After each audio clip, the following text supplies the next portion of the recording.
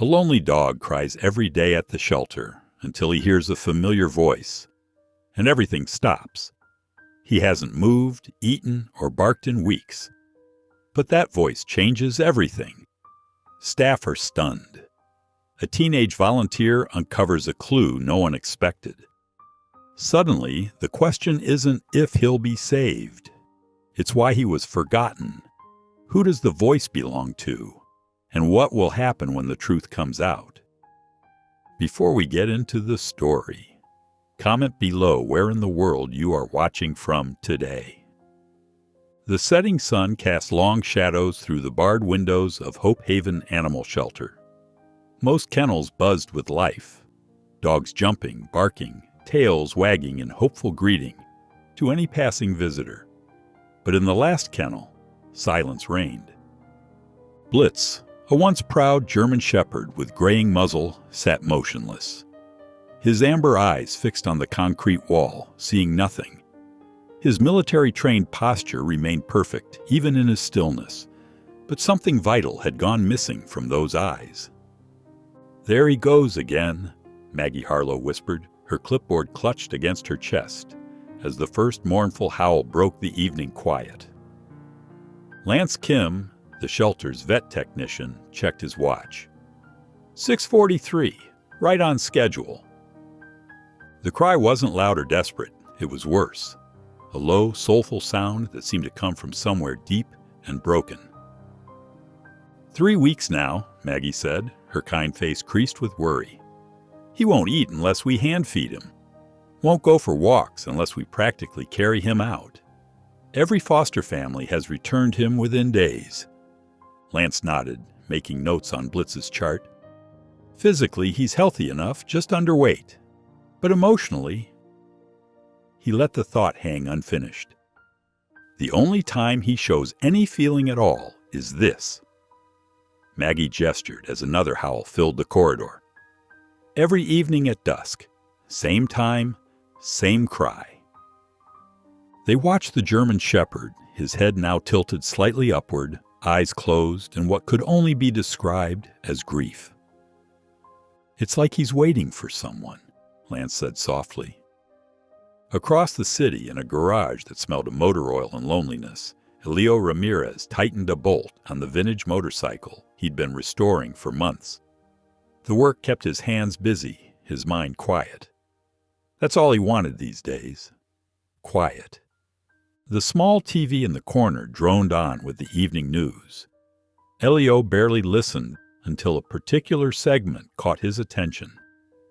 Local animal shelters report a 30% increase in surrenders this month, the reporter was saying. Many families citing economic hardship as the reason for. When the word shelter left the reporter's lips, Elio's hand froze mid-turn. The wrench slipped, clattering loudly against the concrete floor. For a moment he seemed unable to breathe, his dark eyes suddenly distant with memory. With a trembling hand, he reached for the remote and jabbed the power button. The silence that followed felt heavier than before.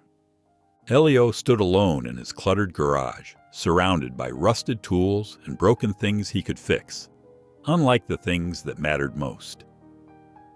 Earlier that day, Hope Haven's front door swung open with a jingle of bells.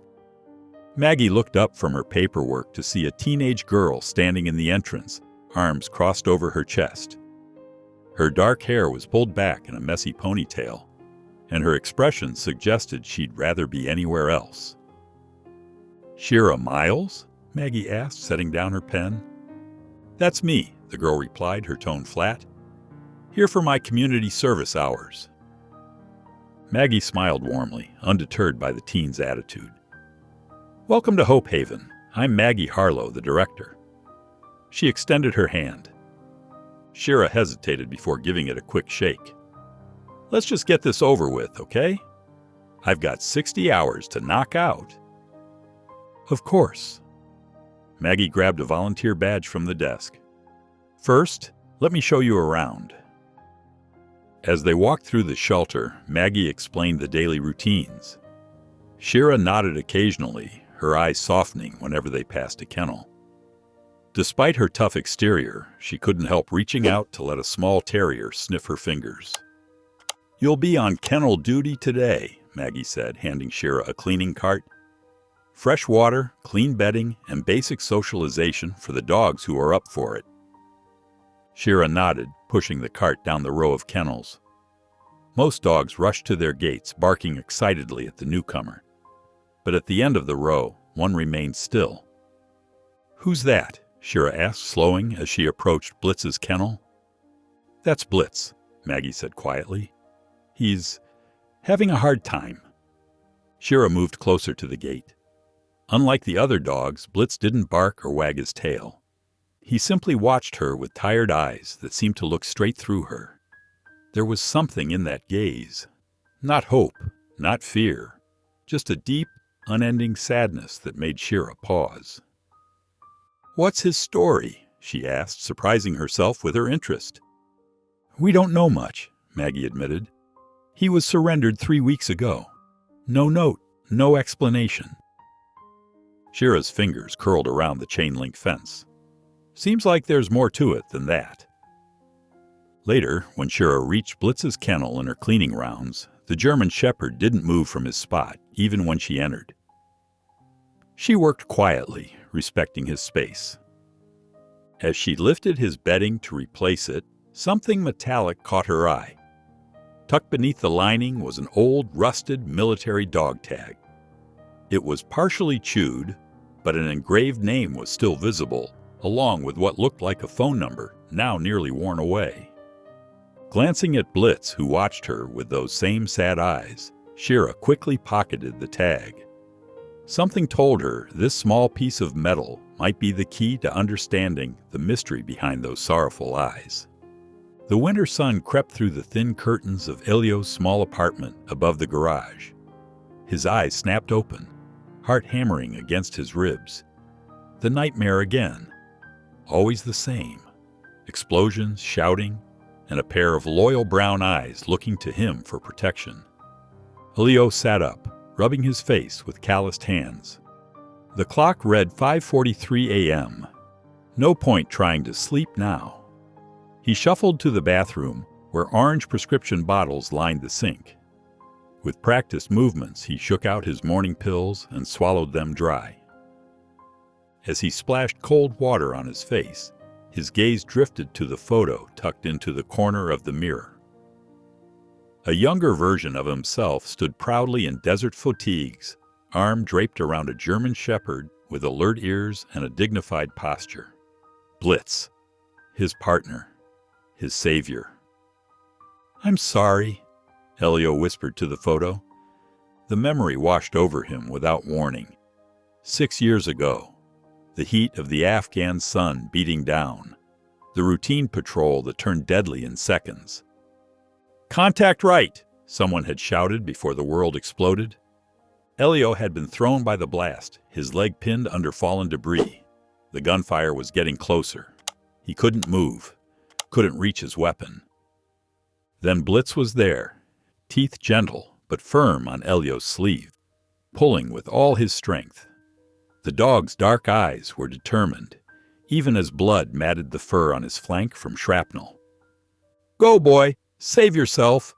Elio had ordered, but Blitz refused, tugging harder until Elio could drag himself behind a crumbled wall just as bullets peppered the spot where he'd been lying. That night, as medics patched them both up, Elio had held Blitz close. "I'll never leave you," he promised. "Never." Back in the cold present of his bathroom, Elio's fingers trembled as he yanked the photo from the mirror. The guilt was too much today. He yanked open his dresser drawer and tossed the picture inside, burying it under a pile of socks. Just like he'd tried to bury the memories. Just like he'd tried to bury his shame. Across town, Shira sat cross-legged on her bed, squinting at the rusted dog tag under her desk lamp. The numbers were faded, but she could make out most of them. She opened her laptop and navigated to a reverse phone lookup website. She typed in the partial number, holding her breath as the search ran. A result appeared, incomplete, but showing a local area code an exchange. "Worth a shot," she muttered, picking up her phone. Her finger hovered over the keypad. Would this call help Blitz? Or was she crossing a line she shouldn't? Taking a deep breath, Shira began to dial. The phone rang once, twice, 3 times. Shira was about to hang up when there was a click on the line. "Hello?" she said, her voice higher than she intended. "Is anyone there?" At that exact moment, across town in the Hope Haven Animal Shelter, Blitz's ears twitched. For weeks, he had been a statue of grief, unmoving and silent except for his evening cries. But now, something changed. The German shepherd slowly lifted his head from his paws. His cloudy eyes seemed to clear for just a moment. A sound escaped him, not his usual mournful howl, but a soft, questioning whimper.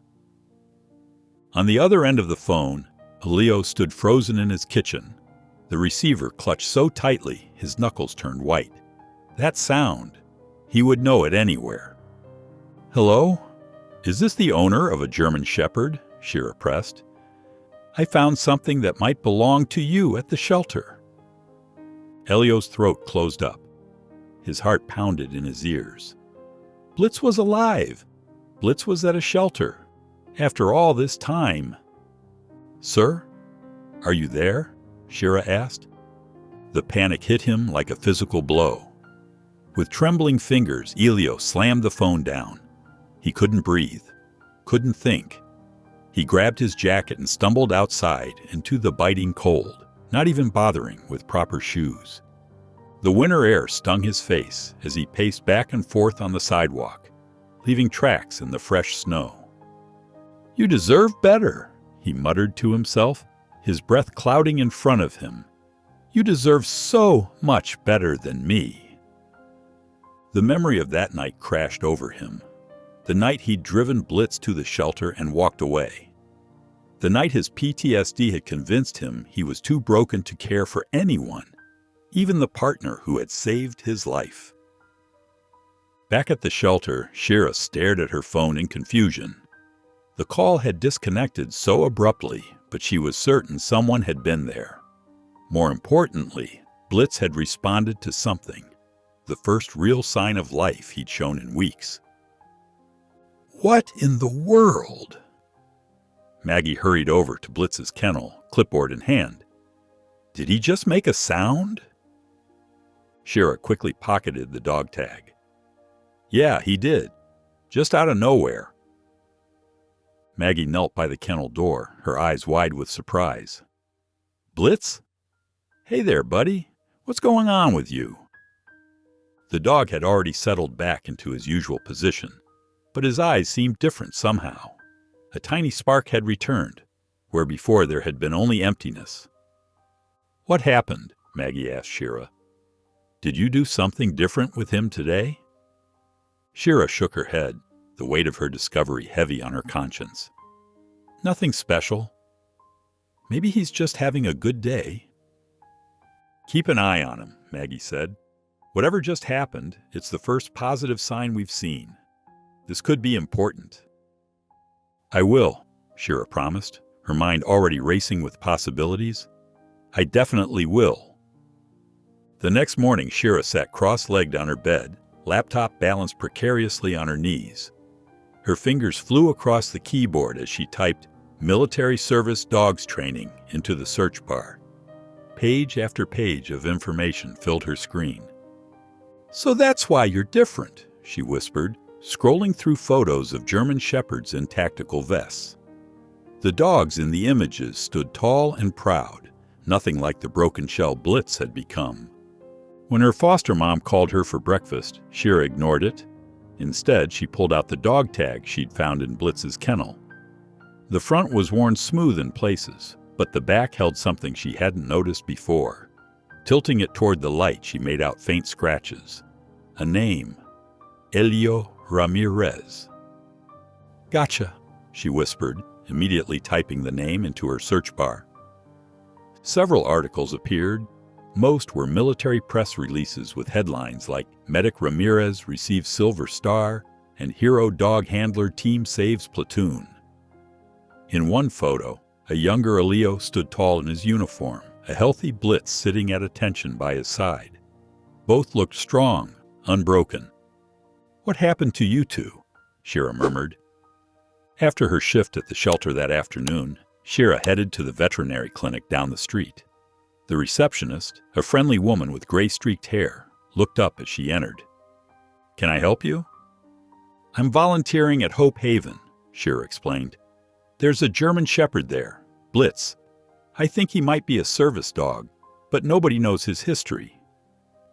The vet tech who overheard her conversation came over. "Military dog, you think? They have specific training protocols. If he's not responding to normal care, that might be why." Shira nodded. "I found a name, Elio Ramirez. Do you know anything about him?" The vet tech's eyes widened slightly. "The war medic. I remember reading about him years ago. Saved a bunch of soldiers with his dog. Then he just disappeared after discharge. PTSD, they said." Armed with this information, Shira made one more stop before heading home. The address she'd found online led her to a small garage on the edge of town. A weathered sign read, "Ramirez Repairs." "Just looking," she told herself, heart pounding as she pushed open the door. Inside, a man hunched over a motorcycle engine. He didn't look up when the bell jingled. "Be with you in a minute," he called, his voice rough from disuse. Shira pretended to examine a bike near the entrance while studying him. Elio Ramirez looked nothing like his military photos. His shoulders slumped under an old t-shirt. His hands, once steady enough to save lives, now trembled slightly as he worked. On his workbench, partially hidden under a rag, Shira spotted the corner of a photograph, the same one from the article, showing Elio and Blitz in their prime. Her heart skipped. This was definitely the man Blitz cried for every evening. Over the next few days, Shira made a habit of passing by Elio's garage. Sometimes she'd pretend to look at the bikes displayed in the window. Other times, she'd sit on the bench across the street, watching customers come and go. Elio began to notice her lingering presence, casting suspicious glances her way whenever their eyes met. On Friday afternoon, after her shift at the shelter, Shira took a deep breath and pushed open the garage door. The familiar bell jingled, and Elio looked up from his workbench. "You again," he said, recognition flickering in his tired eyes. "Something wrong with your bike?" Shira stood tall, though her heart hammered in her chest. "I don't have a bike. I'm here about Blitz." The wrench in Elio's hand clattered to the floor. His face drained of color. "I know who Blitz is to you," she continued, "and I know you're the reason he cries every night at the shelter." Elio's hands began to shake. He gripped the edge of his workbench to steady himself. "How did you—" "I found your dog tag in his kennel. He kept it all this time." Shira took a step closer. "He's dying inside that shelter, Mr. Ramirez. Not eating, not playing, just waiting for you." Elio turned away, his shoulders hunched. "You don't understand." "Then help me understand. He saved your life once. Can't you at least visit him?" "No." The word came out sharp, final. "He deserves peace, not more pain from me." "But I abandoned him," Elio's voice cracked, "when I couldn't handle the nightmares anymore, when I couldn't be the person he thought I was. He deserves better than a broken man who left him behind." Shira stared at him, at the guilt etched into every line of his face. "He doesn't want better. He just wants you." Elio shook his head. "Please leave."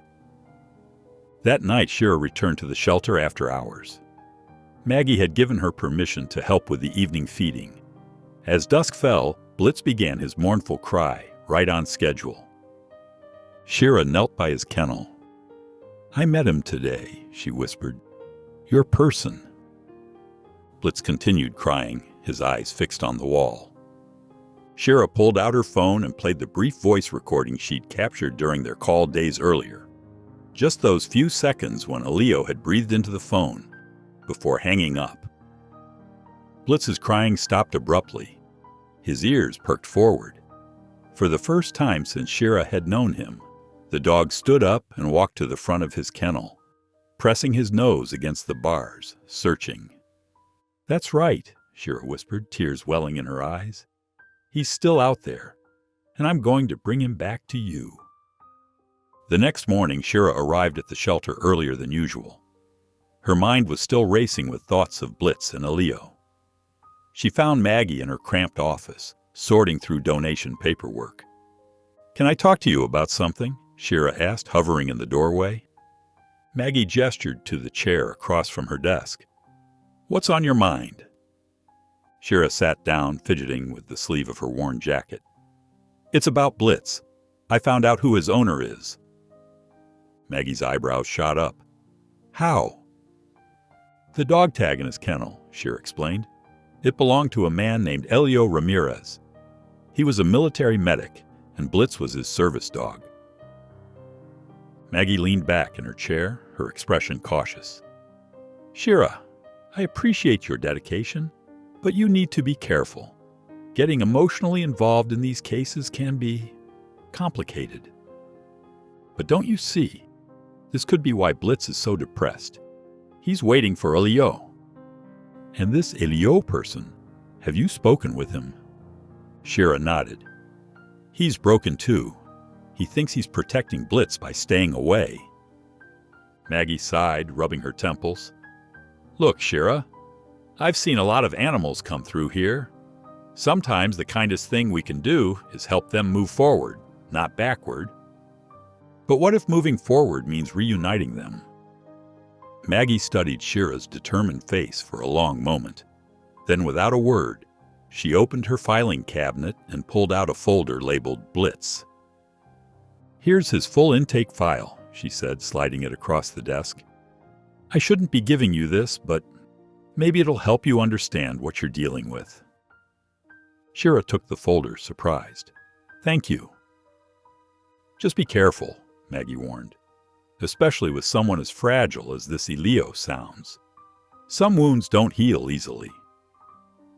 Across town, Elio sat on the edge of his bed, staring at the torn photograph in his hands. Blitz's loyal eyes gazed back at him from the glossy paper. With trembling fingers, he placed the photo on his nightstand instead of hiding it away again. It was a small gesture, but it felt monumental. Later that evening, Shira trudged up the stairs to her apartment, her backpack heavy with Blitz's file. The hallway lights flickered as she unlocked the door. "Emmett, I'm home," she called. Her 10-year-old brother poked his head out from their shared bedroom. "The power went out again," he said. "But only for a minute this time." Shira ruffled his hair as she passed.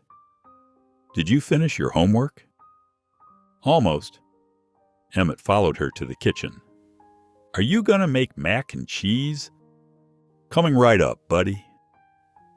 After dinner, Shira tucked Emmett into bed, making sure his nightlight was working. The electricity flickered again, making both of them jump. "It's okay," she reassured him. "Just the old building being cranky." Once Emmett was asleep, Shira sat at their small kitchen table and opened Blitz's file. As she read through the details of his surrender, she pulled out her phone and replayed the video she'd taken of Blitz responding to Elio's voice. "You held on this long," she whispered to the image of the German Shepherd on her screen. "I'm not giving up either." The next morning, sunlight spilled through the shelter windows as Shira arrived, earlier than her scheduled shift. She found Lance Kim already there, refilling water bowls in the quiet kennels. "You're here early," Lance commented, glancing up from his work. Shira grabbed a mop from the supply closet. "Couldn't sleep. Figured I might as well make myself useful." They worked side by side in comfortable silence for a while. the only sounds being the occasional whimper from a dreaming dog or the splash of water as Lance moved from kennel to kennel. "Can I ask you something?" Shira finally said, pausing her mopping. Lance nodded. "Sure." Do you think some animals never get over being abandoned?" Lance's hands stilled. He looked toward Blitz's kennel, where the German shepherd lay motionless, eyes open but unseeing. "Some don't," he admitted quietly. "They form bonds so deep that when those bonds break, something inside them breaks too. I've seen it before." Shira leaned against her mop. "And do you think love can heal an animal that far gone? Like Blitz?" Lance considered the question, his expression thoughtful. "Only if the one they're waiting for walks through that door." He gestured toward the shelter entrance. "All our kindness helps, but it's not the same." Across town, Elio moved methodically through his cluttered garage. For the first time in months, he was cleaning, really cleaning, not just shifting piles of junk from one corner to another. He sorted through tools, wiped down surfaces, and threw away trash that had accumulated for years. In a dusty cardboard box labeled "Storage," his hands froze on something soft and worn. Blitz's collar. The military-grade nylon was frayed at the edges, the metal tags dulled with age.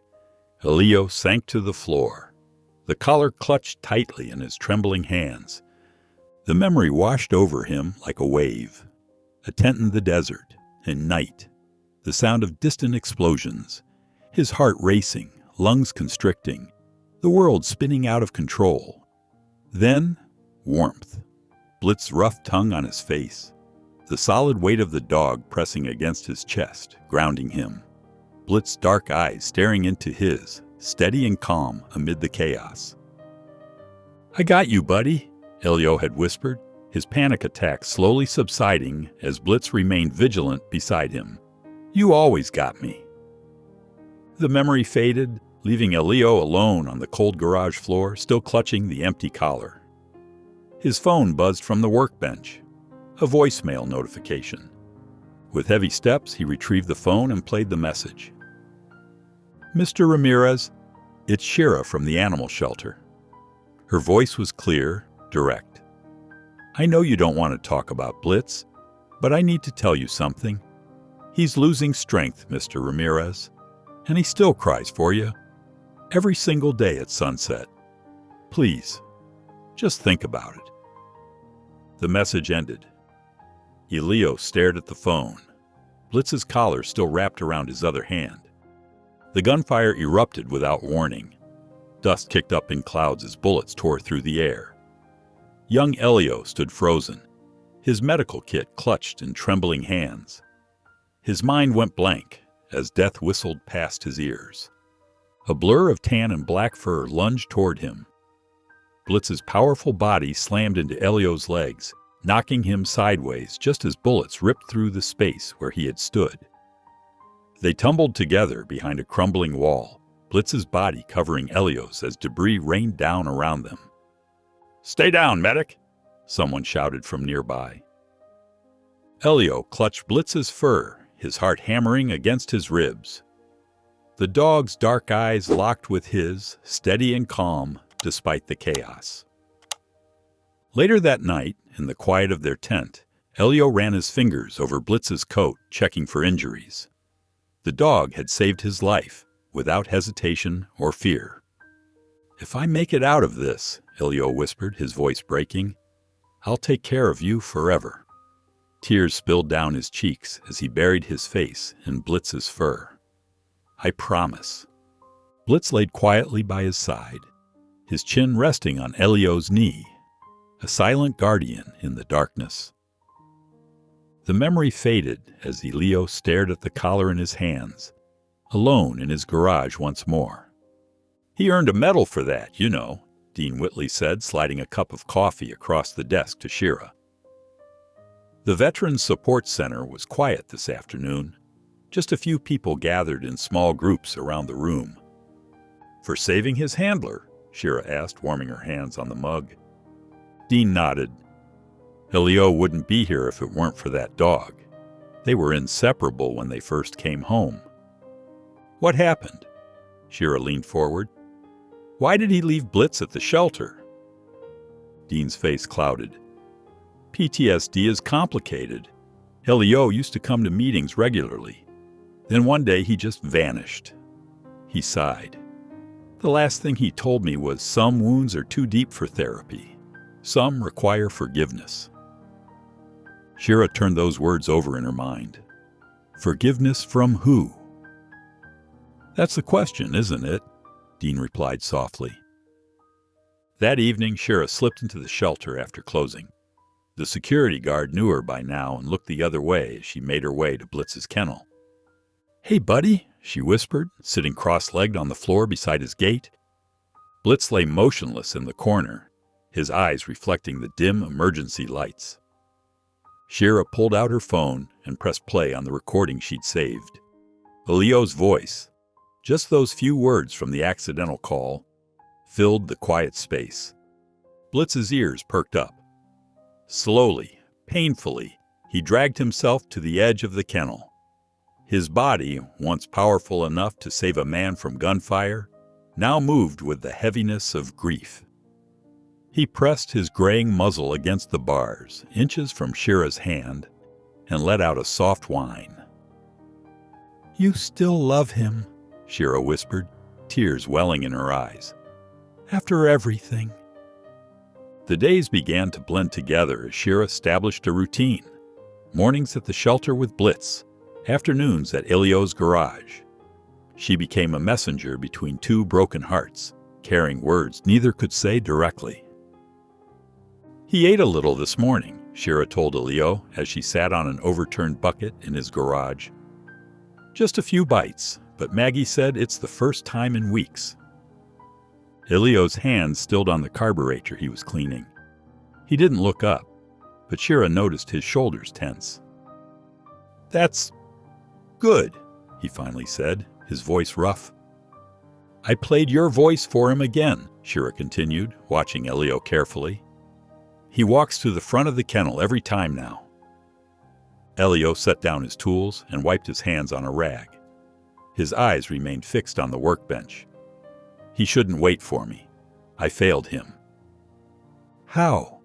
Shira pressed gently. What happened? Elio's jaw tightened.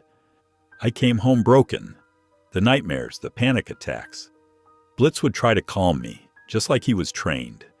But one night, he stopped, swallowing hard. I lashed out. I didn't recognize where I was, who he was. Shame colored his voice. I scared him. After everything he did for me, I became the thing he needed protection from. Shira stayed quiet, letting him continue. I took him to the shelter the next day. Told myself he deserved better than a broken man. Elio's voice cracked. I failed him. And myself. Shira looked down at her worn sneakers. I know something about that, she said softly. About doing the wrong thing when you're scared. Elio glanced at her, curiosity breaking through his pain. My mom died last year. Emmett, my little brother, he has asthma. His medicine is expensive. Shira's fingers twisted together. Our insurance lapsed, and I stole his medication from a pharmacy. She met Elio's eyes. Sometimes we do the wrong thing for the right reason. Elio looked at her, really looked at her, seeing a reflection of his own pain. Back at the shelter, Maggie crouched beside Blitz's kennel, hardly believing what she was seeing. A small portion of food, gone. Lance, she called softly. Come look at this. Lance hurried over and stared at the bowl. He ate? Not much, Maggie said, but it's something. It's a start. Lance shook his head in amazement. What changed? Maggie watched as Blitz lifted his head, eyes fixed on the door as if waiting for someone. I don't know, she said, but whatever Shira's doing, it's working. Shira arrived at the shelter well after visiting hours. The sky was dark, and the only light came from the small office at the front of the building. She used the spare key Maggie had trusted her with for after-hours visits with Blitz. As she approached the office door, voices drifted through the crack. "We've done everything we can, Lance." Maggie's voice sounded tired and defeated. "The board was clear. 2 weeks. If he doesn't show significant improvement by then..." "There has to be something else we can try," Lance argued. "He's eating a little now. That's progress." "It's not enough." Maggie sighed. "They want to see him engaging, responding to people, not just existing. They're calling it a humane decision." Shira's heart dropped to her stomach.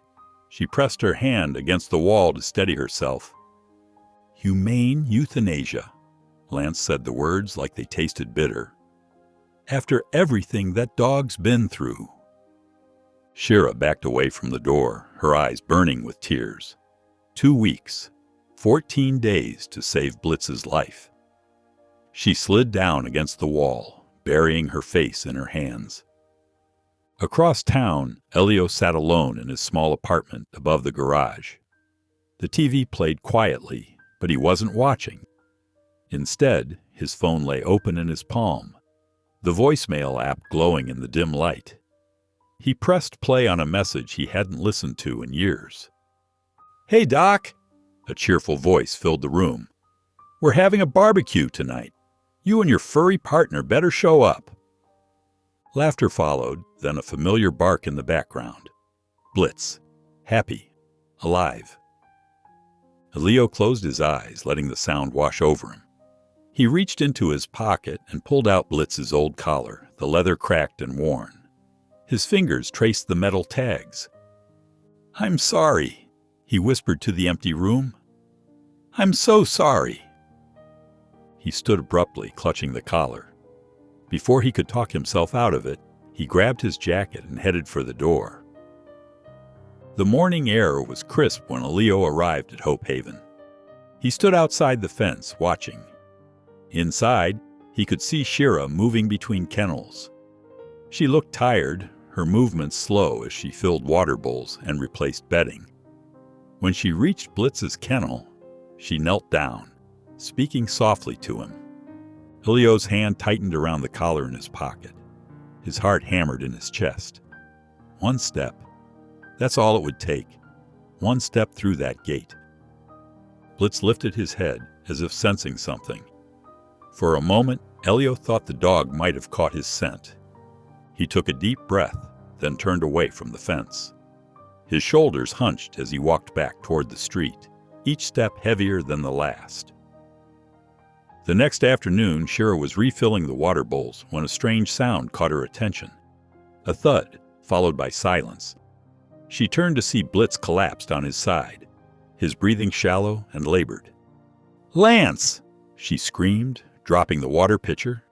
"Something's wrong with Blitz!" Lance rushed over, his face grim as he knelt beside the German shepherd. Blitz's eyes were half closed, his body trembling slightly. "Call doctor." "Peterson," Lance ordered, checking Blitz's gums. "Tell her it's an emergency." The next hour passed in a blur. Dr. Peterson, a veterinary specialist who consulted for the shelter, arrived with her medical bag. She examined Blitz carefully while Shira hovered nearby, tears streaming down her face. "His vitals are weak," Dr. Peterson said finally, looking up at Maggie. "I've seen this before in working dogs. The emotional trauma is manifesting physically. His body is shutting down." "Can you help him?" Shira asked, her voice breaking. "I can stabilize him for now," the vet replied. "But this is about more than medicine. He's lost the will to live." Later that afternoon, Maggie called an emergency meeting in her office. Lance and Shira sat across from her desk, both looking exhausted. "The board called," Maggie said quietly. "They want to move up the deadline. They're saying it's cruel to let him suffer." "No!" Shira jumped to her feet. "You can't give up on him now. Please, Maggie. Let me try one more thing. Shira, he's dying, Lance said gently. One more chance, Shira begged. Just one more night. Maggie studied the teenager's determined face. What do you have in mind? I have Elio's voicemail greeting, Shira explained. I can record it and play it on loop in Blitz's kennel overnight. Maybe hearing his voice will give him something to hold on to. Maggie exchanged a look with Lance. It's not much of a plan. But it's something, Lance said. What do we have to lose? That night, Shira set up a small speaker near Blitz's bed. The dog lay motionless except for the shallow rise and fall of his chest. She pressed play, and Elio's voice filled the small space. This is Ramirez. Leave a message. Simple words, but Blitz's ear twitched at the sound. Across town, Elio tossed in his sleep. In his dream, he stood in a sunlit field. A figure appeared in the distance, Blitz, running toward him, young and strong again. Elio called out, arms open wide. But just before Blitz reached him, the dog collapsed. Elio woke with a gasp, his face wet with tears. The room was dark except for the moonlight streaming through the window. It fell across the photo on his nightstand, him and Blitz, together and happy. Something shifted inside him, like a key turning in a rusty lock. He reached for the photo, tracing Blitz's face with his fingertip. I'm sorry, he whispered. I'm so sorry. The next morning, Shira rushed to the shelter before school, her heart pounding with worry. She hadn't slept much, wondering if her desperate plan had worked. When she reached Blitz's kennel, she stopped short, hardly believing her eyes. Blitz was sitting up, alert and watching her. His eyes, which had been dull for weeks, now held a spark of life. Lance! She called out, her voice trembling with excitement. Come quick! Lance hurried over, clipboard in hand. When he saw Blitz, his mouth fell open. Well, I'll be, he whispered. He's actually alert. Maggie joined them, her face softening at the sight. Look at that, she said quietly. As they watched, Blitz slowly stood on shaky legs and walked toward the food bowl that had been untouched for days. He sniffed it, then began to eat, steadily finishing the entire portion. I've never seen anything like it, Lance said, shaking his head in amazement. Yesterday he was at death's door. Maggie nodded toward the small speaker, still playing Elio's voice on loop. It's him, she whispered. Blitz is hanging on for him. Shira couldn't wait to tell Elio. That afternoon she skipped her last class and headed straight to his garage. She found him working under an old Chevy, only his legs visible. Mr. Ramirez, she called out. It's Shira. I need to talk to you. Elio slid out from under the car, his hands greasy, his eyes questioning. It's Blitz, she said, unable to keep the excitement from her voice. He's better today. He ate food, he's alert. And it's because of you, because of your voice. Elio set down his wrench, his expression unreadable. Your voice recording, Shira continued. We played it all night. You gave him a reason to live, Mr. Ramirez. Elio sat heavily on a nearby stool, silent for a long moment. When he finally spoke, his voice was rough with emotion. Can I... He hesitated, struggling with the words. Can I see him without him seeing me? Shira's heart leaped. Yes, she said quickly. The shelter has an observation room with one-way glass. I can arrange it. That evening, after the shelter had closed, Shira led Elio through the back entrance. Maggie was waiting for them, her expression kind but reserved. He's in the recovery room, she said, leading them down a quiet hallway. They stopped at a darkened room with a large window looking into a small, comfortable space where Blitz lay on a cushioned bed, resting but awake. Elio moved to the glass like a man in a trance. His fingers pressed against the cool surface as he stared at his former companion. Blitz's ears twitched at some distant sound, and Elio's breath caught. Tears began to stream down his face. His shoulders shook with silent sobs. "I don't deserve him," he whispered, his voice breaking. "After what I did." As Elio stood there, watching Blitz through the glass, his mind drifted back to a summer day long ago. He was just 8 years old, sitting on the porch steps of their small house. The cicadas buzzed in the trees, and the air hung heavy with humidity. It was 1965, and his father had just returned from Vietnam. Changed, distant, angry. Young Elio watched as his father packed a single duffel bag, ignoring his mother's tears. Without a word, his father walked out the door and never looked back. That night, Elio's mother sat beside him on his bed, her eyes red, but her voice steady. "Your father," she began, smoothing his hair. "He saw things in the war that broke something inside him." "Why didn't he say goodbye?" young Elio asked, his small voice cracking.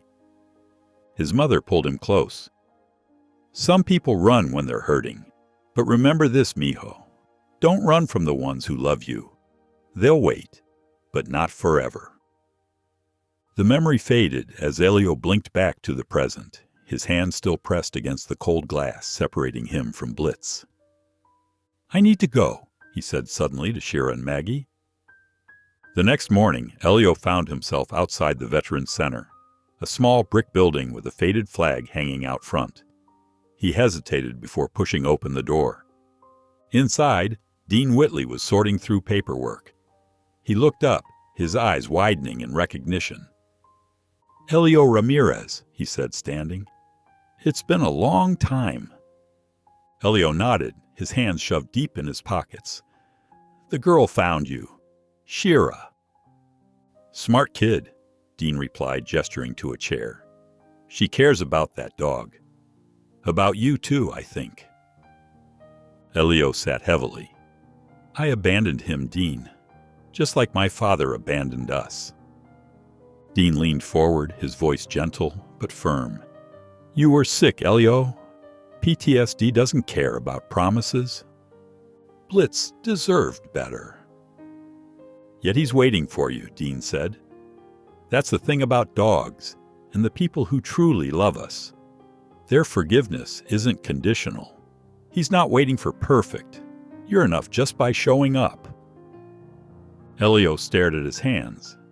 "You think so?" "I know so," Dean replied. "Question is, do you believe it?" That afternoon, Elio's truck pulled into the shelter parking lot. His hands trembled as he turned off the engine. Inside, he found Maggie at the front desk.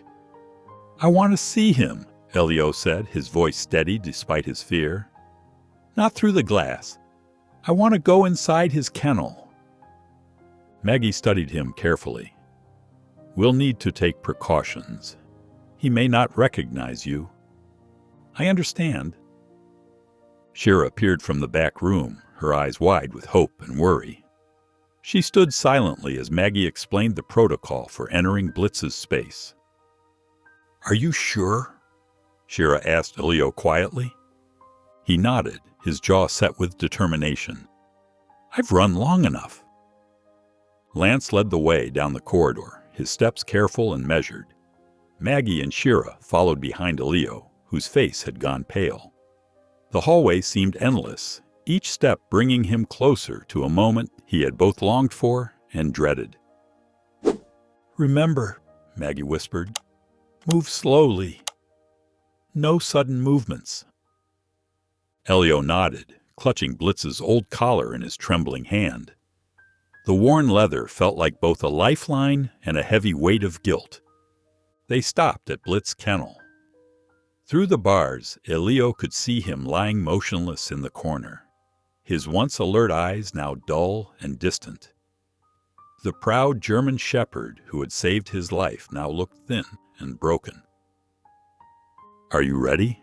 Lance asked, key in hand. Elio took a deep breath. Yes. The door opened with a soft click. Elio stepped inside while the others moved to the observation window. The kennel door closed behind him, and suddenly it was just the two of them. Elio sank slowly to the floor, cross-legged, keeping his distance. Blitz didn't move, didn't even seem to register the presence of another person in his space. "Hey, soldier," Elio said softly, his voice cracking. "I messed up, but I'm here now." Blitz remained still, his breathing shallow. Outside the kennel, Shira pressed her hand against the glass, holding her breath. Elio placed the old collar on the floor between them. "Remember this? You wore it every day." His fingers traced the worn tags. "You were so proud when they gave you your medal." No response. Then, almost without thinking, Elio began to hum. A low, gentle tune he used to sing during night watches in the field. It was their song, a melody that had calmed them both during the worst nights of war. Blitz's ear twitched. Elio kept humming, tears sliding down his cheeks. Slowly, painfully, Blitz raised his head.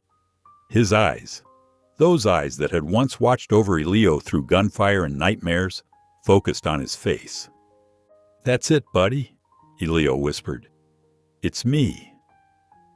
As if awakening from a long, terrible dream, Blitz dragged himself across the concrete floor. Each movement seemed to take enormous effort, but he didn't stop until his head rested heavily in Elio's lap. Behind the glass, Maggie covered her mouth with her hand. Lance stood perfectly still. Shira wiped tears from her cheeks. Elio's hand hovered for a moment before gently stroking Blitz's head. "I'm so sorry," he whispered, his voice breaking completely. "I'm so sorry I left you." Blitz closed his eyes, a deep sigh escaping his body, the sound of a soul finding peace after endless waiting. Over the next 2 weeks, a transformation took place at Hope Haven. Blitz, who had once been a statue of grief, now moved with a slow but steady purpose. His food bowl emptied each day. His tail, once limp, now offered faint wags when Elio arrived for their daily visits.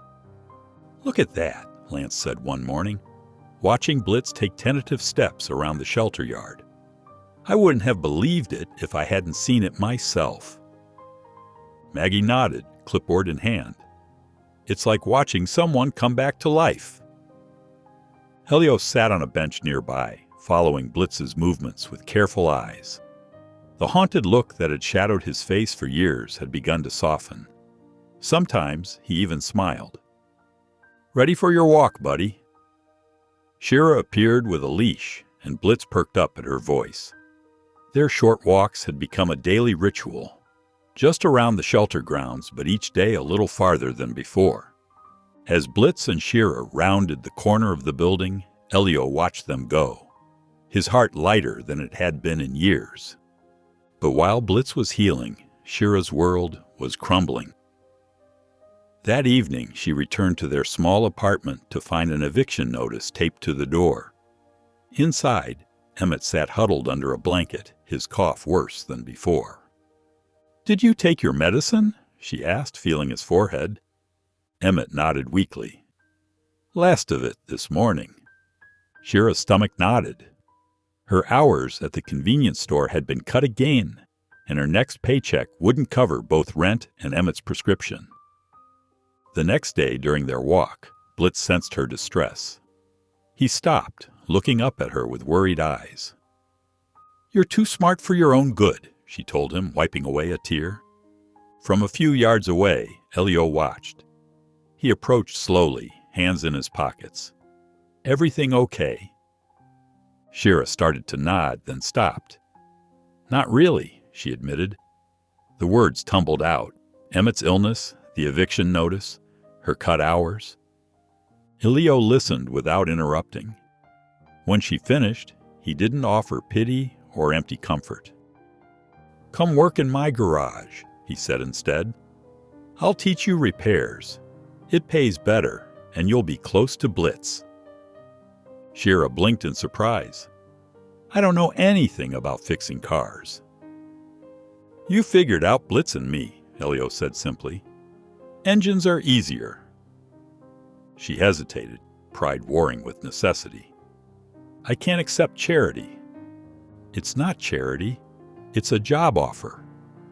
Elio's voice was firm. I need the help, and you need the work. Blitz nudged her hand with his nose, as if adding his own encouragement. Okay, she finally said. When do I start? The midnight air was frigid as Shira jolted awake to the sound of Emmett's labored breathing. Her brother sat upright in bed, his small chest heaving with each desperate gasp. Em! She scrambled to his side, heart pounding. His skin felt hot under her palm, his lips taking on a bluish tinge. Hold on, buddy, just hold on. With trembling hands, she wrapped him in their thickest blanket and carried him down 3 flights of stairs to the street. The bus wouldn't come until morning. She couldn't wait. Taxi! She screamed, waving frantically at a passing cab. The fare would eat through her savings, but Emmett's wheezing was getting worse. The emergency clinic was blindingly bright after the dark streets. Doctors took Emmett immediately, leaving Shira to fill out paperwork with shaking fingers. When the receptionist quoted the cost, Shira handed over her debit card without hesitation, though she knew exactly what it meant. 3 hours later, with Emmett breathing easier and clutching a prescription they couldn't afford to fill, they took the long walk home in the cold. Halfway there, Shira's legs simply gave out. She sank onto a bench, Emmett dozing against her shoulder, and finally let the tears come. I'm such a failure, she whispered, her breath clouding in the night air. I can't even keep you safe. The next morning, she arrived at Elio's garage with puffy eyes and slumped shoulders. She hadn't slept at all. Elio glanced up from under the hood of a Chevy. He noticed her red-rimmed eyes and the exhaustion written across her face. But he didn't ask questions. Instead, he pointed to an old space heater in the corner. Take that home with you, he said casually. It's just collecting dust here. Shira started to refuse, but Elio had already turned back to the engine. Oil filter's stuck. Hand me that wrench. They worked in comfortable silence for hours. When lunchtime came, Elio disappeared briefly, returning with sandwiches and coffee. At the shelter that afternoon, Maggie met them at the door, her face bright with excitement. You have to see this, she whispered, leading them to Blitz's kennel. The German shepherd stood at the gate, not in his usual posture of grief, but alert and expectant. When he spotted Elio, his tail began to wag, not frantically, but with gentle, deliberate sweeps. Lance appeared with a rubber ball, tossing it into the kennel. To everyone's astonishment, Blitz watched it bounce, then trotted over to nudge it with his nose. First time he's shown interest in a toy, Lance said softly. The staff gathered quietly, watching as Blitz picked up the ball and carried it to the front of the kennel, dropping it at Elio's feet through the bars. Later, when Shira reached into her backpack for her bus pass, her fingers touched an unfamiliar bottle. She pulled it out, Emmett's prescription medication filled and ready. Days turned into weeks, and with each passing moment, Blitz transformed. The hollow-eyed dog who once stared at walls now trotted eagerly around the shelter yard, his tail held high. His coat regained its shine, and the ribs that had protruded from his sides disappeared beneath healthy muscle. Look at him go, Lance said one afternoon, as Blitz bounded after a tennis ball Elio had thrown. If you'd told me a month ago he'd be running like that, I wouldn't have believed it.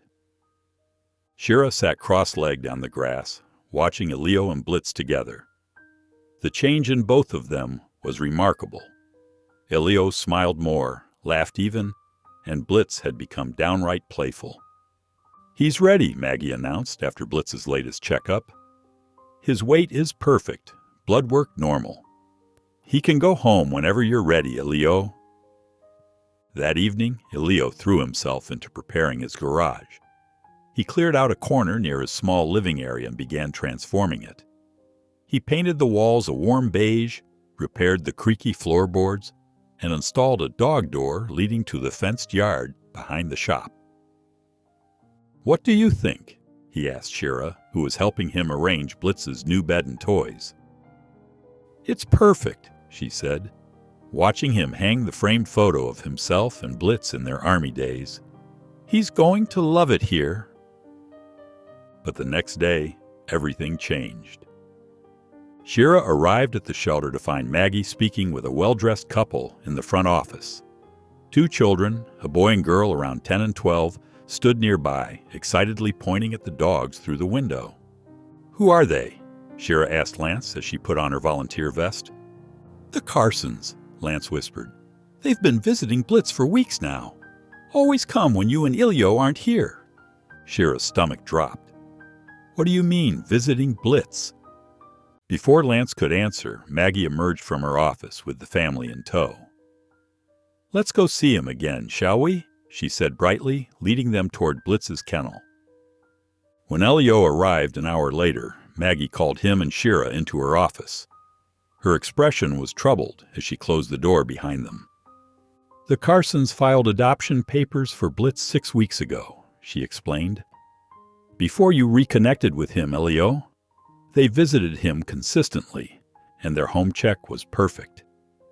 "But Blitz is mine," Elio said, his voice breaking. "He always has been." Maggie sighed. "Legally, you surrendered him. The board has called for a formal review to determine placement." Shira slammed her hand on the desk. "That's ridiculous. You've seen how Blitz is with Elio. They belong together." "I understand," Maggie said softly. "But we have protocols. The Carsons are a loving family with a big yard and 2 kids who adore him." Elio stood frozen. The color drained from his face as he stared through the window at Blitz, who was wagging his tail at the Carson children. The next few days at Hope Haven were tense. Maggie transformed the small conference room into an impromptu hearing space, with a table for the shelter board members and chairs arranged on opposite sides. "The review is scheduled for Friday morning," she explained to Elio and Shira. "Both parties will have a chance to state their case, and the board will make their decision based on what's best for Blitz." Mr. Carson, a tall man with kind eyes and salt and pepper hair, approached Elio in the hallway after meeting with Maggie. "I understand this is difficult," he said, extending his hand. "We had no idea Blitz had such a history. We just fell in love with him." Elio shook his hand stiffly, unable to hate this man who clearly cared for Blitz too. Later that afternoon, Maggie conducted private interviews with both parties. The Carsons arrived first, Mr. Carson in a pressed button-down shirt, Mrs. Carson wearing a floral dress, and their children, Ellie and Ben, dressed in their Sunday best. "We have a fenced yard," Mrs. Carson explained, "and I work from home, so Blitz, would never be alone." Ellie, their daughter, spoke next, her voice soft but eager. "I read to him when we visit. He likes when I scratch behind his ears. I already got him a special bed for my room." When it was Elio's turn, he struggled to articulate his claim. "I never formally registered him after we left service," he admitted. "I was not in a good place." "And your living situation?" Maggie asked gently. "It's a garage apartment. Small, but I fixed up a space for him. There's a yard." That evening, Shira found Elio sitting alone in his truck outside the shelter. "You have to fight harder," she insisted, climbing into the passenger seat. "Tell them everything. How he saved your life, how you saved his." Elio stared through the windshield, his eyes distant. "You should have seen those kids with him. The little girl calls him Buddy. They can give him a real family." You are his family, Shira argued. What if I'm the selfish one now? Elio whispered. What if taking him away from them is just me being selfish again?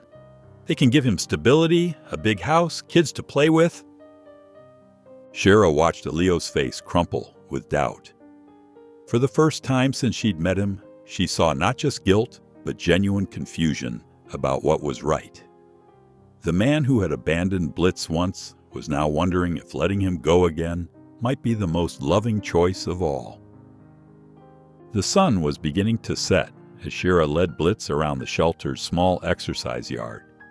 His steps were stronger now, his tail occasionally lifting in a half wag. She had volunteered to walk him while Elio was meeting with Dean at the Veterans Center.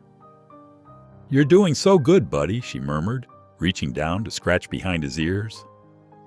As they rounded the corner, Lance called out from the doorway. "Shira, Maggie needs Blitz's full file for the hearing prep. Can you grab it from the office while I take over?" Shira handed Lance the leash and hurried inside. In Maggie's office, she found the thick manila folder labeled Blitz, German Shepherd, ID number 4872. As she lifted it, several papers slipped out onto the floor. Kneeling to gather them, Shira froze. Among the scattered documents was a photograph she hadn't seen before. It showed a much younger Elio in military fatigues, his arm wrapped tightly around Blitz's neck. Both were draped with matching medals, and Elio's face shone with pride and love. On the back, someone had written, "Ramirez and Blitz, Silver Star Ceremony, Afghanistan." Clutching the photo, Shira rushed to find Maggie, who was organizing paperwork in the conference room. "Look at this." Shira thrust the photo forward. "This proves everything. They were heroes together. They saved each other. How can anyone deny this bond?" Maggie studied the photograph, her expression softening. "It's certainly compelling," she admitted. "But Shira, you need to understand. Emotional history isn't always enough in legal matters. The Carsons have proper adoption paperwork filed. Elio technically abandoned Blitz. Because he was sick," Shira protested. "He had PTSD. He thought he was doing what was best for Blitz." Maggie placed a gentle hand on Shira's shoulder. "I know you care deeply about both of them. If you believe Blitz's emotional well-being is at risk with the Carsons, prepare a statement for the hearing. Your perspective matters too." Across town, Elio sat in Dean Whitley's office at the Veterans Center, staring at his hands. "I don't know if I can fight for him," Elio confessed. "What if the Carsons can give him a better life than I can?" Dean leaned forward, his weathered face serious. "The past only owns you if you let it speak louder than your present. You've changed, Elio. You're not the same man who left Blitz at that shelter." "But—" "No buts," Dean interrupted. "I've seen you working through your demons these past weeks. I'll testify on your behalf as a character witness. The board needs to hear from someone who understands what you've been through and how far you've come." Elio looked up, surprised. "You'd do that?" "In a heartbeat," Dean replied. "But only if you're willing to stand up and fight for what matters. Blitz never gave up on you. Don't give up on him." That night, Elio sat at his kitchen table, surrounded by crumpled papers. The single lamp cast shadows across his face as he wrote, crossed out, and wrote again. Blitz's collar lay beside him, a reminder of everything at stake. "I'm not giving up on you," he whispered, running his fingers over the worn leather. When morning light streamed through his window, Elio had filled 12 pages with his heart's truth. It wasn't about legal arguments or ownership claims. It was about love, forgiveness, and second chances. At 9 o'clock, Shira knocked on his door, her eyes bright with determination, despite the dark circles beneath them. "Let's practice," she said, dropping her backpack on his floor. "Read it to me like they're all listening."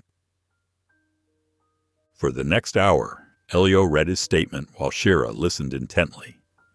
She nodded at powerful moments and gently suggested changes where his words faltered. "When you talk about the night missions," she said softly, "look up from the paper. Let them see what it means to you." By noon, they arrived at the shelter where Maggie had transformed the meeting hall into a simple hearing room. Chairs lined both sides, with a table at the front for the three-person shelter board. Blitz waited in a side room with Lance, away from the tension. The Carsons sat together on the left side, a handsome couple with their 2 children. Little Ellie clutched a drawing she'd made of Blitz with a big red heart. Dean Whitley nodded encouragingly from his seat behind Elio. Maggie called the hearing to order, explaining the unusual circumstances and the decision before them. Lance spoke first, detailing Blitz's medical journey. "In my 15 years here, I've never seen a recovery like this. When Blitz first arrived, he was physically healthy, but emotionally vacant. Now, he's present again. He's alive." Mrs. Carson described their spacious home with a fenced yard, their experience with dogs, and how Ellie had already picked out a special bed for Buddy. When Elio's turn came, his hands trembled as he unfolded his statement. He spoke of war, of brotherhood, of failure and redemption. His voice grew stronger with each word. Then Shira stepped forward. She hadn't planned to speak, but something pushed her to her feet. "I came to this shelter because I had to," she began, her voice small but clear. "Community service for stealing medicine my brother needed. I thought it was punishment." She looked at Blitz's photo on the table. "But then I met Blitz, a dog who waited every day for someone who might never come back. He taught me about loyalty when I was ready to give up." Tears filled her eyes, but she didn't wipe them away. Blitz wasn't just rescued by Elio, he saved Elio, and me. Her voice cracked, and the room fell completely silent. Some bonds can't be explained on paper.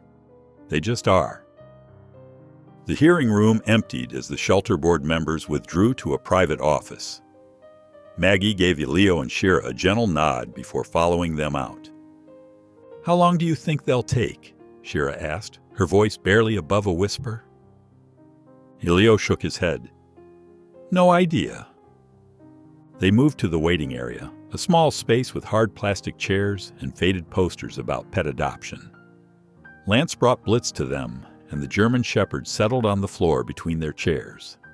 His tail thumped softly against the linoleum whenever Elio's hand brushed his fur. Across the room, the Carson family huddled together, speaking in hushed tones. Little Ellie kept glancing over at Blitz, her drawing still clutched in her small hands. "They seem like good people," Elio said quietly. Shira nodded. "They are. That's what makes this so hard." Minutes stretched into an hour. Blitz dozed off, his head resting against Elio's boot. The tension in the room felt like a physical weight. Then Mr. Carson stood up. He whispered something to his wife, who nodded and took Ellie's hand. He walked across the room, his steps measured and deliberate. "Mr. Ramirez," he said, "could we speak privately for a moment?" Elio glanced at Shira, then rose to follow Mr. Carson to a quiet corner. "My wife and I have been talking," Mr. Carson began. "We only pursued adopting Blitz because Ellie connected with him. We thought we were giving a lonely dog a home." He paused, his eyes sincere. "But we didn't know about your history together, what you've both been through." Mrs. Carson joined them, with Ellie and their son trailing behind. "You don't need to fight us," she said softly. "We'll step back." Elio stared at them, stunned by their generosity. "Are you sure?" Mr. Carson nodded and extended his hand. "Family is family, even when it's between a man and his dog." Elio gripped his hand firmly, words failing him. Ellie stepped forward, her drawing extended. "Can I say goodbye to Buddy? I mean, Blitz?" Elio knelt down. Of course you can. The little girl crossed to where Blitz lay and wrapped her arms around his neck. Goodbye, Blitz, she whispered. I hope you're happy with your real dad. Blitz licked her cheek once gently, as if understanding the moment's importance. When Maggie returned, the Carsons explained their decision. Relief washed over her face as she nodded in understanding. I'll inform the board, she said, squeezing Mrs. Carson's hand gratefully. A week later, the shelter buzzed with quiet celebration. Colorful streamers hung from the walls, and a small table held a cake decorated with paw prints. The adoption papers lay signed on Maggie's desk, official at last. Congratulations, Mr. Ramirez, Maggie said, handing Elio the final certificate. Blitz is officially yours again. Blitz sat proudly beside Elio, his coat gleaming under the fluorescent lights. The change in him was remarkable. Alert eyes, healthy weight, and a tail that wagged with newfound energy. Lance knelt down to scratch behind Blitz's ears. I've never seen anything like it. You're our miracle case, buddy. Elio smiled, the gesture no longer feeling foreign on his face. He's always been the strong one. Maggie turned to Shira, who stood quietly observing the scene. We have something for you, too. She held out a framed certificate of appreciation. Your courage made this happen. Shira shook her head gently. Thank you, but I don't need it. I've already gotten what I needed. Her eyes drifted to Blitz and Elio, standing side by side where they belonged. Later that afternoon, Elio led Blitz and the others into his garage. The space had transformed over the past few days. The corner that once housed old parts and forgotten tools now glowed with fresh paint and warm lighting. This is it, Elio said, opening the door to Blitz's new room. Sunlight streamed through a newly installed window, illuminating a plush dog bed, water bowl, and toys. On the walls hung photos, Elio and Blitz in uniform, medals they'd earned together, moments from their shared past. Blitz entered cautiously, sniffing each corner before circling the room. He settled on his new bed with a contented sigh. Shira helped arrange the final touches, a bookshelf with dog care guides, a basket for toys, and a hook for Blitz's leash. Emmett darted around them, giggling as Blitz occasionally rose to nudge the boy with his nose. He likes me, Emmett exclaimed, his earlier shyness forgotten. He's a good judge of character, Elio replied, ruffling the boy's hair. That evening, after Shira and Emmett had gone home, Elio sat at his small kitchen table. Blitz dozed nearby, peaceful in his new surroundings. Elio opened a leather-bound journal, a gift from Shira, and began to write. Some bonds never break, he wrote, the pen moving steadily across the page. They only wait. For years, I thought I was running from my past, but I was really just circling back to what mattered most. He glanced at Blitz, now snoring softly. Today, we both came home. Earlier that day, Shira stood frozen at her apartment mailbox, staring at the official-looking envelope in her hands. Her fingers trembled as she tore it open, scanning the letter inside. Full scholarship to Carson Technical Institute, she whispered, hardly believing the words. Based on recommendations from Maggie Harlow and Dean Whitley. She read it 3 times before the reality sank in. This wasn't just a way out. It was a future, a chance to learn skills that would support her and Emmett for good. Her eyes welled with tears. An hour later, she burst through the door of Elio's garage, waving the letter. I got in. Full scholarship. Elio looked up from where he was polishing a motorcycle engine, his face breaking into a wide smile. Let me see that. He wiped his hands on a rag and took the letter, nodding as he read. Mechanic training. Perfect fit. I didn't even apply, Shira stammered. You earned it. All of it, Elio said firmly, handing the letter back. Maggie told me she was recommending you. said she'd never seen someone transform a bad situation into so much good. Blitz padded over, his tail wagging gently as he pressed against Shira's leg. She knelt to hug him, burying her face in his fur. "I wouldn't be here without you two." Just then, Emmett burst in, clutching Blitz's leash. "Can we go for a walk?" "Please?" "Perfect timing," Elio laughed. "I could use some fresh air." They strolled through the neighborhood together, Elio and Shira walking side by side, while Emmett ran ahead with Blitz, who moved with surprising energy for his age. Neighbors waved from porches. A few stopped to pet Blitz, asking about his story. When they returned to the garage, Shira noticed something new. A wooden sign hanging above the entrance. Carved into it were the words, "The Blitz Haven, healing through companionship." "When did you put that up?" she asked. "This morning," Elio replied. "Thought it was time." As they stood admiring it, a woman approached hesitantly. She was in her 40s, with kind eyes and a worried expression. "Excuse me," she said. "Is this center open yet? I saw the sign." She gestured toward the wooden plaque. "I have a vet friend who needs this. He came back from overseas last year and hasn't been the same." Elio exchanged a look with Shira, then turned back to the woman with a gentle smile. He stepped forward and opened the door wide. "We're just getting started," he said.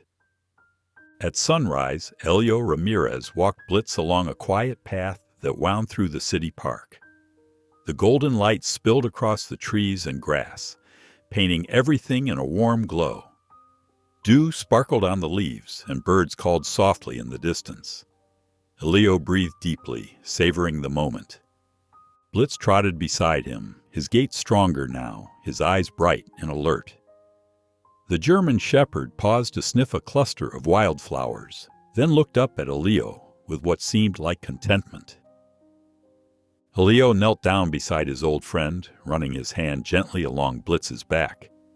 His throat tightened with emotion. "Thank you for waiting," he whispered, pressing his forehead against Blitz's. "All that time, you never gave up on me." Blitz licked his cheek once, a gesture so simple yet profound that Elio had to blink back tears. This peace, this quiet moment of connection, was something he'd never thought possible again, not after everything. Across town, Shira Miles stood in front of her bedroom mirror, adjusting the collar of her new shirt. Her hands trembled slightly as she gathered her notebooks and pens. "First day jitters?" Emmett asked from the doorway, still in his pajamas. "Maybe a little," she admitted, zipping up her backpack. "It's been a long time since I was in any kind of classroom." Emmett disappeared for a moment, then returned with a folded piece of paper.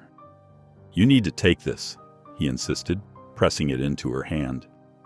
Shira unfolded it to find a crayon drawing, herself standing between Elio and Blitz, with Emmett beside them. The garage was sketched in the background, complete with the new wooden sign. "It's our team," Emmett said proudly. "So you remember you're not alone anymore."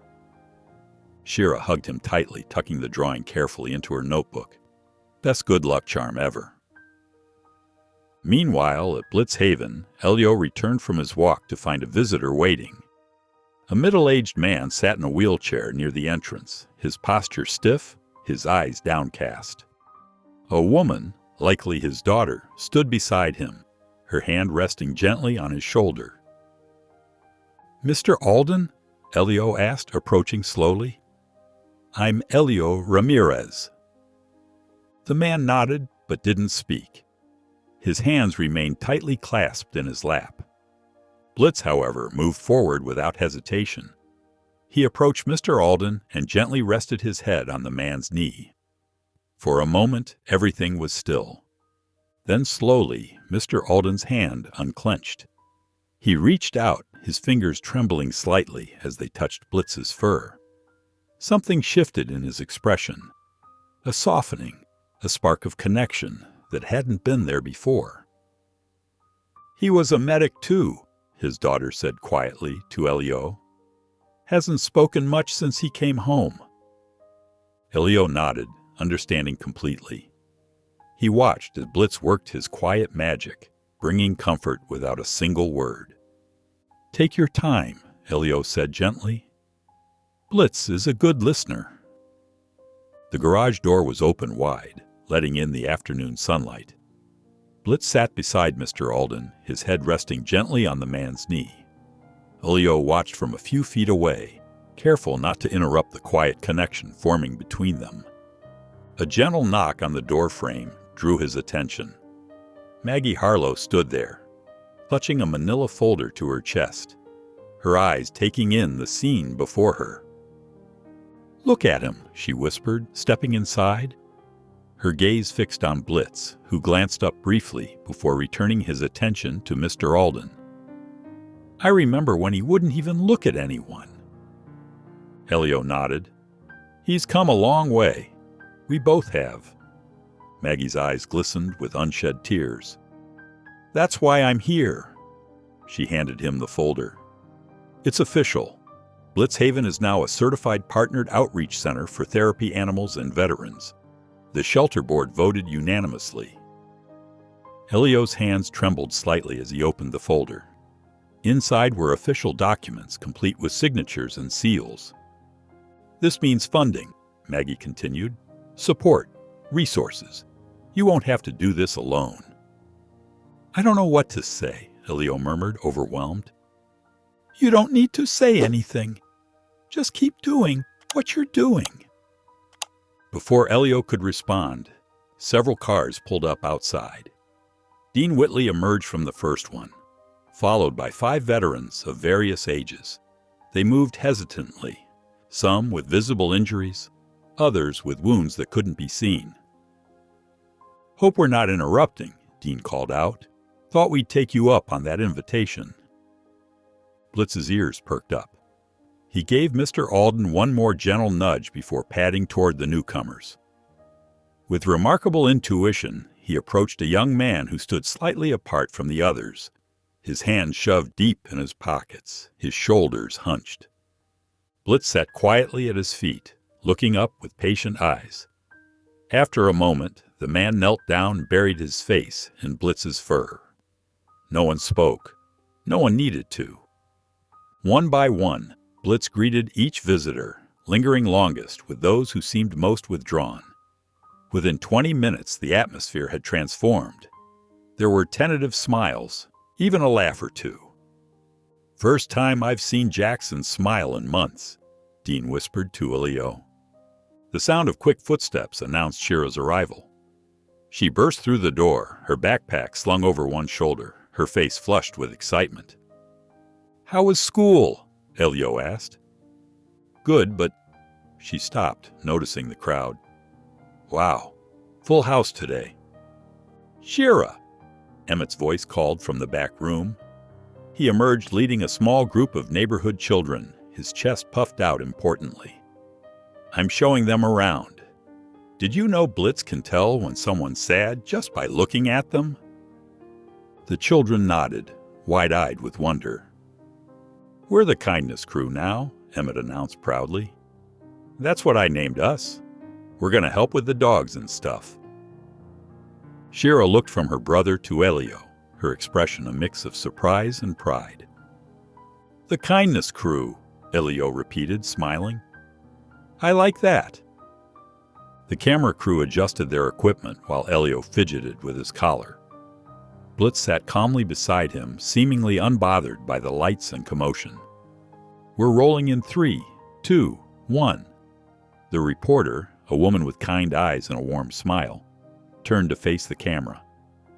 "I'm here at Blitz Haven, where an extraordinary bond between a veteran and his service dog is changing lives across our community." Elio's throat tightened.